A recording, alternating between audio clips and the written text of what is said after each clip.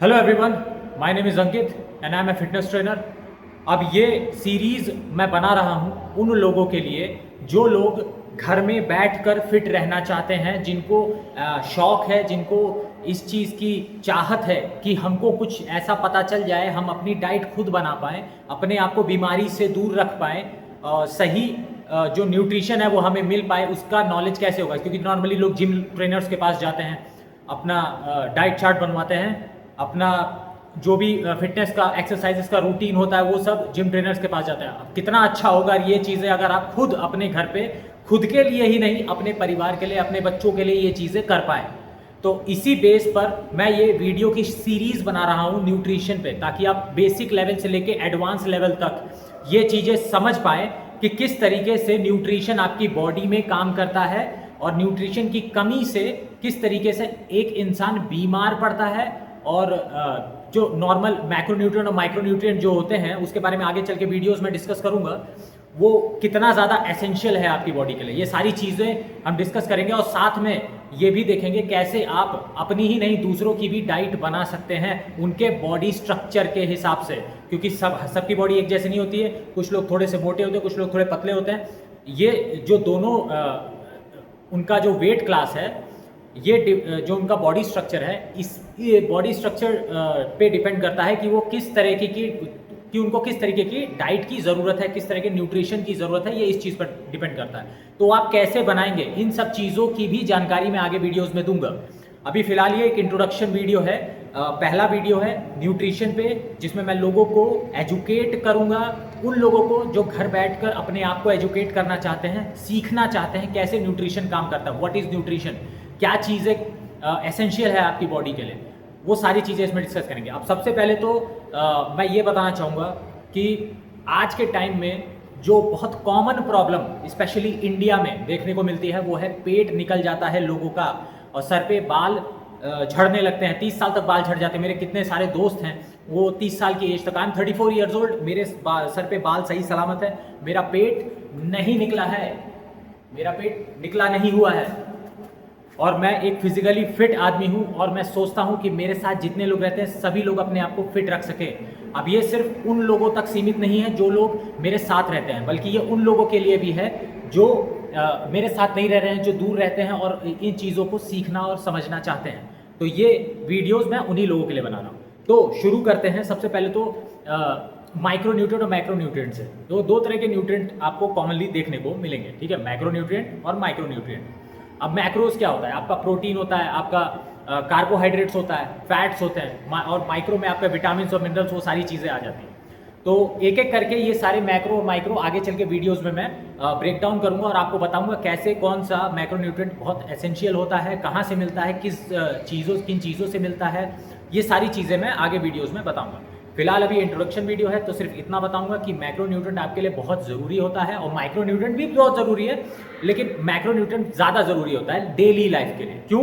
क्योंकि मैक्रोन्यूट्रिएंट में आपका प्रोटीन आ जाता है, कार्बोहाइड्रेट्स आ जाता है, फैट्स आ जाते हैं। फैट बॉडी को जो आपका हार्मोन है उसे रेगुलेट करने का काम करता है। Good fat, bad fat, good fat बहुत अच्छा होता है, टेस्टोस्टेरोन बूस्ट करता है, जिसकी वजह टेस्टोस्टेरोन लो होने का ही कारण है आपका पेट निकलना। वो आगे चल के वीडियोस में ये सारी चीज़ें भी क्लियर करूंगा, एक डिटेल में एक पॉइंट टू पॉइंट चीज़ क्लियर करूंगा, एकदम जीरो से हीरो तक का सफ़र। ये वीडियो जो आगे आने वाली वीडियोस है उन्हें देखकर और ये इंट्रोडक्शन वीडियो से स्टार्ट करके आप जीरो से लेके हीरो तक का सफ़र तय कर सकते हो, एडवांस लेवल ट्रेनिंग ले सकते हो, और ये करने के बाद आप खुद को फिट बड़े आसानी से रख सकते हो। और साथ में चाहो तो ये चीज़ें आने वाले अपने परिवार में बताकर उन्हें भी सिखा सकते हो, ताकि वो भी घर बैठकर अपने आप को फिट रख सके। आपको किसी जिम ट्रेनर के पास जाने की ज़रूरत नहीं होगी। मैं कुछ एक्सरसाइजेस भी बताऊँगा जिसको करके आप घर पर ही फिट रह सकते हो, जिम जाने की भी ज़रूरत नहीं पड़ेगी। क्योंकि नॉर्मली जिम उनके लिए होता है जिन्हें बॉडी को डेवलप करना होता है एक नेक्स्ट लेवल पर, ठीक है, ये एक बिजनेस है, नेक्स्ट लेवल पर डेवलप करना था। आपको बॉडी बिल्डिंग कंपटीशन में जाना है, आपको फाइट कॉम्पिटिशन्स करने हैं। इन सारी चीज़ों को जब आप इन्वॉल्व होते हैं ना, इन सारी चीज़ों में, तब आपको ये सारी चीज़ों की ज़रूरत पड़ती है जिम की। नॉर्मल फिटनेस जो एक आम आदमी जी रहा है, फैमिली वाला आदमी है, डॉक्टर इंजीनियर है, या कोई वकील है, या किसी भी प्रोफेशन में, उसे बॉडी बिल्डर नहीं बनना है। उसको एक ऐसी फिजिक चाहिए जो कहीं पार्टीज में चले गए, कहीं शादी में चले गए तो टी शर्ट पहन रहे हो तो टी शर्ट निकाले हो, सिक्स पैक थोड़ी ना दिखा रहे हैं। एक फिजिकली फिट लुक मिले, ज़्यादातर लोग, मेरे ज़्यादातर क्लाइंट्स का यही डिमांड होती है, सर एक फिजिकली जो लुक होता है ना, डिफरेंट के कपड़े पहने तो लगे हाँ ये फिट आदमी है, वो चीज़ अचीव करना चाहते हैं। उसके लिए जिम जाने की जरूरत नहीं है, आप नॉर्मल भी फिट रह सकते हो। घर पे छोटी मोटी एक्सरसाइजेज है वो मैं बताऊंगा, वो आपको सिर्फ दिन में मात्र 25 से 30 मिनट, 24 घंटे में से खाली 25 से 30 मिनट्स निकालना है डेली, और ये एक्सरसाइजेज करनी है, आप फिजिकली फिट रह सकते हो। अब सबसे पहले तो जैसा मैंने इसके अभी थोड़ी देर पहले मैंने आपको बताया था वीडियो में कि प्रॉब्लम जो बालों की और पेट निकलने की है, तो सबसे पहले तो बाल देखो, बाल झड़ने के कई कारण होते हैं। कुछ जेनेटिक्स पे डिपेंड होता है, कुछ लोगों के अंदर प्रोटीन की कमी होती है, और ये न्यूट्रिशन, जैसे कि मैंने बताया न्यूट्रिशन की कमी होती है जिसकी वजह से उनके बाल झड़ते हैं। वो डिफरेंट चीज़ें हैं, डिपेंड करता है। ज़रूरी नहीं आप मेरी ये वीडियो देखो, मैं कहूँ प्रोटीन की कमी आपके बाल झड़ रहे हैं, तो ज़रूरी नहीं प्रोटीन की कमी से ही हो रहा हो, वो आपका जेनेटिक प्रॉब्लम भी हो सकता है। बालों का सही से ध्यान नहीं रखोगे तो भी बाल झड़ते हैं। डिप्रेशन से सबसे ज़्यादा केसेस जो आते हैं वो डिप्रेशन की वजह से आते हैं। डिप्रेशन और टेंशन में जब आदमी रहता है तब उसके बाल झड़ते हैं। अब स्ट्रेस जो जिसकी वजह डिप्रेशन वगैरह जिस चीज़ में आती है, जिस कैटेगरी में आता है ये स्ट्रेस वगैरह, वो सारी चीज़ों को कैसे हैंडल करना है मेडिटेशन के थ्रू, वो भी एक्सरसाइजेस में बताऊंगा आगे चल के, ठीक है। वो चीज़ बाद में डिस्कस करेंगे, आज हम सिर्फ पेट के बारे में डिस्कस करेंगे। इंट्रोडक्शन वीडियो है, ज़्यादा एक्सप्लेन नहीं करूंगा। आने वाली वीडियोस में पॉइंट टू पॉइंट मैक्रोन्यूट्रेंट, माइक्रोन्यूट्रेंट और एक्सरसाइजेस, सारी चीज़ें, बॉडी स्ट्रक्चर, बॉडी पार्ट्स कैसे काम करते हैं, कौन सा बॉडी स्ट्रक्चर आपका है, उस हिसाब से आपकी डाइट कैसे बनेगी, आप दूसरों की डाइट कैसे बनाओगे, सारी चीज़ें एक्सप्लेन करूंगा। ये इंट्रोडक्शन वीडियो है तो इसमें ज़्यादा चीज़ें एक्सप्लेन नहीं करूंगा, सिर्फ इतना बता देता हूँ पेट आपका जो निकला है वो चीज़ क्यों निकलता है, ताकि जिनका पेट नहीं निकला है वो इस चीज़ को समझ सके। अब सबसे पहले तो पेट निकालना, जैसे मैंने बालों का बताया था कि बाल जो है वो आपका जेनेटिक्स पे भी डिपेंड करता है। आप बालों का सही से ध्यान नहीं रखोगे तो भी बाल झड़ते हैं, और प्रोटीन की कमी से झड़ते हैं बाल। तो ये सारी चीज़ें पेट पर भी लागू होती हैं, प्रोटीन की नहीं, लेकिन पेट जो निकलता है ना, ज़रूरी नहीं कि न्यूट्रिशन की कमी से ही हो, ठीक है। पेट आपका इसलिए निकलता है क्योंकि जैसे अलग अलग टाइप होते हैं। किसी का पेट जो है वो बहुत ज़्यादा फैट खाने की वजह से निकलता है, किसी का पेट जो होता है वो कुछ जेनेटिक प्रॉब्लम के खानदान में सभी मोटे होते हैं, तो उनका मेटाबॉलिज्म उस रेट पर उनको जेनेटिकली गिफ्टेड होता है, जिसकी वजह से वो कम खाना भी खाते हैं ना तो भी वो उस लेवल पर नहीं पच पाता है, तो बॉडी फैट इकट्ठा करना शुरू करती है। और एक शुगर प्रॉब्लम होती है, शुगर जो है वो बॉडी में स्टोर होने लगता है। क्यों? क्योंकि एक्सेस शुगर हो जाता है। आप देखो सबसे पहले तो एक चीज़ समझो, शुगर काम कैसे करता है। जब आप शुगर खाते हैं ना, शुगर मतलब चीनी, कोई भी मीठी चीज़ आप खाते हैं तो उसकी एक लिमिट होती है। आपका मसल्स जो होता है ना वो एक प्रोटीन का टैंक है, शुगर का जो है, शुगर का टैंक है आपका मसल्स। अब शुगर जो बॉडी में जाता है ना तो वो आपके मसल्स में स्टोर होता है। तो एक चीज़ समझो, जितना ज़्यादा आपके बॉडी में मसल्स होगा उतना ही ज़्यादा शुगर आपके टैंक में स्टोर हो जाएगा, ठीक है, यानी मसल्स में स्टोर हो जाएगा। जो स्टोर नहीं हो पाता है वो चीज़ें आपके पेट पर जाके स्टोर होती है। यही रीज़न है लोग मोटे होते हैं चीनी खाकर, ठीक है। तो इसको अब सबसे पहले तो जब आप एक इंसान चीनी खाता है तो उसको सिर्फ यहाँ पर स्टोर ही नहीं हो रहा है, चीनी आपके ब्लड में घूम रहा है। अब जब चीनी ब्लड में घूमता है तो उसको एक और चीज़ है जिसका नाम आप लोगों ने काफ़ी कॉमन तौर पे सुन रखा होगा, जिसको कहते हैं टाइप 2 डायबिटीज़। तो एक्सेस शुगर जो होता है ना उससे टाइप 2 डायबिटीज़ का भी खतरा बढ़ता है। ये लोग कॉमनली सुना होगा आपने कि टाइप 2 डायबिटीज़ है या टाइप 1 डायबिटीज़, ये भी आगे चल के बताऊंगा किस तरीके से ज़्यादा शुगर खाने से होता है। और सबसे पहले मैं बता दूं, ज़रूरी नहीं कि जो चीनी खा रहे हैं उन्हीं को डायबिटीज़ होगा, जो चीनी नहीं खाते उनको भी डायबिटीज़ हो सकता है, ठीक है। क्योंकि डायबिटीज़ आपके चीनी से नहीं होता है, चीनी बॉडी में जाकर ग्लूकोज बन जाता है। जो आप चावल और रोटी खाते हो ना वो भी जाता है, तो वो भी वही, जो ज़्यादा चावल और ज़्यादा रोटी खाता है ना और चीनी अगर नहीं खाता है तो भी उसको डायबिटीज़ होने का खतरा होता है। और ज़्यादातर तो क्या करना चाहिए, शुगर को कैसे कंट्रोल करेंगे? देखो सबसे पहले तो एक चीज़ याद रखो, जब आप चीनी खाते हो, ठीक है, जब आप चीनी खा रहे हो आपके बॉडी में जाके चीनी आपको क्विक एनर्जी प्रोड्यूस करके दे रहा है। जब सबसे अच्छा एक चीज़ और मैं बताना चाहूँगा, जो एनर्जी चीनी देती है ना वो क्विक एनर्जी होती है, ठीक है, वो थोड़ी देर बाद क्रैश हो जाती है। यानी कि इसीलिए जब आप कोई मीठा चीज़ खाते हैं, आप खाना, अगर आपको भूख लगी, आप खाना नहीं मिल रहा है आपको, तो आप कोई मीठा चीज़ अगर खा लेते हैं तो थोड़ी देर के लिए आपको एनर्जी मिल जाती है, लेकिन फिर ज़्यादा तुरंत क्रैश हो जाता है। क्यों? क्योंकि आपके पास इतना, एक तो मसल्स नहीं होता है स्टोर करने के लिए वो शुगर, तो आपके ब्लड में वो घूमता है, जिसकी वजह से आपको थकान वगैरह महसूस होती है। वो भी एक डिफरेंट एस्पेक्ट है, उसको डिटेल में समझाना पड़ेगा, उसके लिए एक वीडियो बना दूंगा, ठीक है। तो इस तरीके से आपको थकान वगैरह और शुगर क्रैश की भी प्रॉब्लम क्रिएट हो जाती है। अब ये शुगर क्रैश सिर्फ चीनी से ही नहीं होता है, नॉर्मल आप ज़्यादा रोटी और चावल खाओगे तब भी ये प्रॉब्लम आती है। तो अब बात करते हैं कि इसको रोकना कैसे है। देखो, अगर आप मोटे हो गए हो ना तो कभी भी आप पतले नहीं हो पाओगे। रीज़न इसके पीछे ये, ऐसा नहीं कि पतले नहीं हो सकते, लेकिन जो कॉमन मैन है ना, जिसकी एक फैमिली है, एक जॉब है और वो पूरे दिन जॉब करते हैं, आके घर में फैमिली को टाइम देते हैं, उनके पास इतना टाइम ही नहीं है कि आप एक रेगुलस वर्कआउट रूटीन फॉलो कर सको अपने आप को फिट रखने के लिए, ठीक है, अपना पेट कम करने के लिए। उस लेवल का वर्कआउट आपसे होगा ही नहीं, क्योंकि आपकी अलग जिम्मेदारियां भी हैं घर की, इसीलिए वो अंदर तो नहीं होगा। पर एक रास्ता और है, आप अपने शोल्डर्स को ब्रॉड कर सकते हो। अगर आपके शोल्डर्स ब्रॉड रहेंगे तो आपका पेट कम दिखेगा। अगर शोल्डर्स ब्रॉड हैं तो पेट आपका कम दिखेगा, पेट पे नजर जाएगी नहीं, शोल्डर्स पे पहले नजर जाएगी। अक्सर पेट ज़्यादा निकला होता है, शोल्डर छोटे होते हैं, सबसे पहले नज़र पेट पर जाती है। तो लोग अक्सर अपने आप को भी आईने में देखते हैं तो सबसे पहले अपना पेट पे ही नज़र जाती है, तो लोगों को लगता है भाई मैं मोटा हो गया हूँ। जब शोल्डर पे काम करो, अपने शोल्डर की एक्सरसाइज, वो भी मैं आगे चल के बताऊंगा वीडियोस में कि शोल्डर की एक्सरसाइज कौन कौन सी है जो आपको करनी है अपने शोल्डर्स को ब्रॉड करने के लिए। तो अगर आपका पेट निकला हुआ है तो ये भी एक तरीका है उसको कम करने का। कम क्या करना है, पर शोल्डर ब्रॉड होंगे तो ऑटोमेटिक वो कम ही लगता है।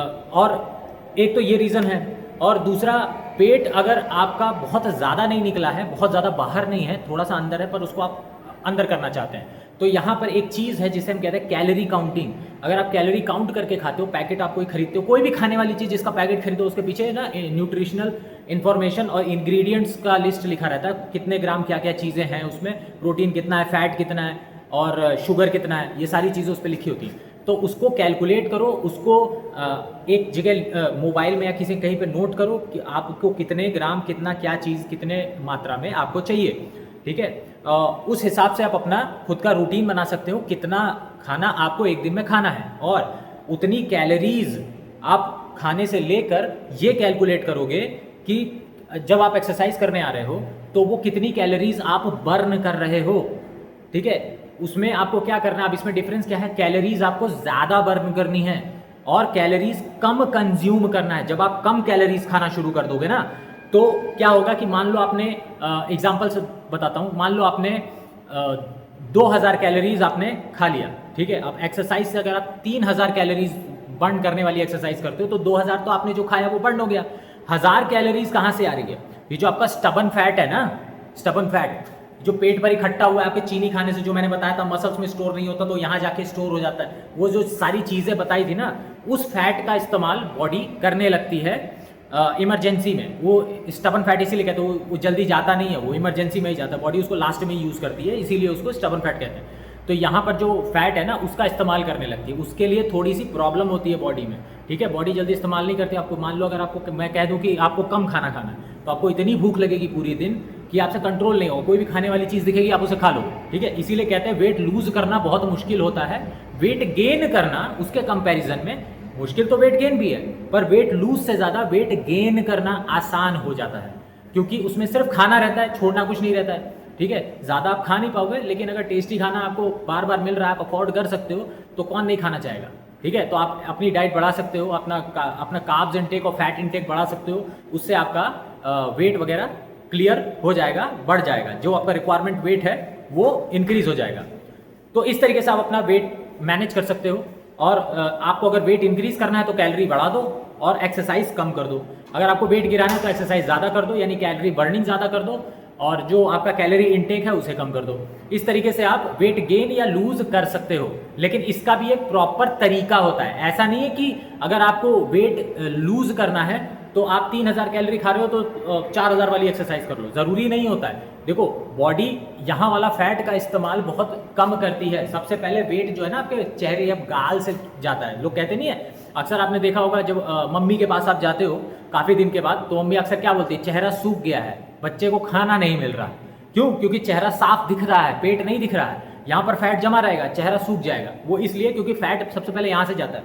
टाइम लगता है चीज़ों, पेशेंस रखना पड़ता है, टाइम लगता है वेट लूज होने में, वो भी प्रॉपर डाइट के साथ करना पड़ता है, एक्सरसाइज वैसी करनी पड़ती है। अब एक और चीज़ यहाँ पर मैं बता दूं, एक्सरसाइज का मतलब ये नहीं होता है कि अगर आप एक्सरसाइज कर रहे हो तो वेट लूज होगा ही होगा, क्योंकि बॉडी अडेप्ट भी करती है। अगर आप 10 पुशअप करते हो ना, आपकी बॉडी फैट बर्न करेगी, ठीक है। जो आपने खाया है, सबसे पहले तो मसल में जो शुगर स्टोर हो रहा है ना, वो शुगर यूज हो जाता है, इसीलिए वो टैंक खाली करो, ताकि दोबारा जब आप मीठा खाओ तो मसल में स्टोर होगा, ठीक है, आपके पेट पे स्टोर नहीं होगा। मसल जितना ज़्यादा उतना ही ज़्यादा फैट, चीनी जो है उसमें शुगर स्टोर हो जाता है, जो बाद में फैट बनता है। लेकिन जब तक जितना मसल में स्टोर है वो मसल उसे यूज़ कर लेता है, ठीक है, बॉडी उसे यूज़ कर लेती है। जो नहीं हो पाता है उसका टैंक जब फुल हो जाता है तो वो पेट पे इकट्ठा होता है। तो जितना ज़्यादा आप वर्कआउट करोगे, 2 टाइम 3 टाइम जो भी आपका टाइम है, अगर आप कोई स्पोर्ट्स पर्सन हो तो ज़्यादा देर करते हैं, अगर कोई नॉर्मल फैमिली वाले हैं तो कम टाइम तक एक्सरसाइज करते हैं। तो ये डिपेंड करता है आप कितना कौन सी एक्सरसाइज कर रहे हैं, कितने ड्यूरेशन पे कर रहे हैं, कौन सी वाली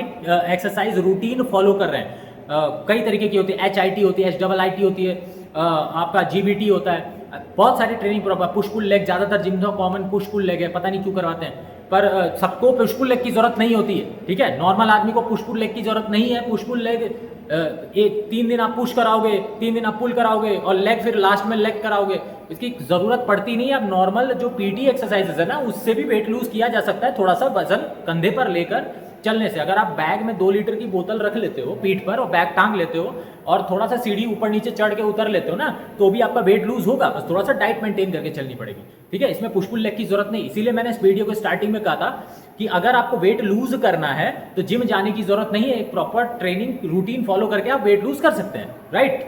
तो ये आज की वीडियो में क्या देखा हमने कि हमने पेट किस तरीके से काम करता है, कैसे मसल में जो है आपका शुगर स्टोर होता है, ये चीज़ें आज हमने देखा। तो कल की वीडियो में मैं आपको बताऊंगा कि प्रोटीन क्या होता है, मैक्रोन्यूट्रिएंट क्या होता है, माइक्रोन्यूट्रिएंट क्या होता है, धीरे धीरे करके ब्रेक डाउन करेंगे उसको। कल मैं प्रोटीन पे बात करूंगा, मैक्रोन्यूट्रिएंट जो हमारा प्रोटीन है, फिर कार्बोहाइड्रेट की बारी आएगी, फिर फैट की बारी आएगी, ऐसे करके। तो मिलते हैं नेक्स्ट वीडियो में, तब तक के लिए जय हिंद।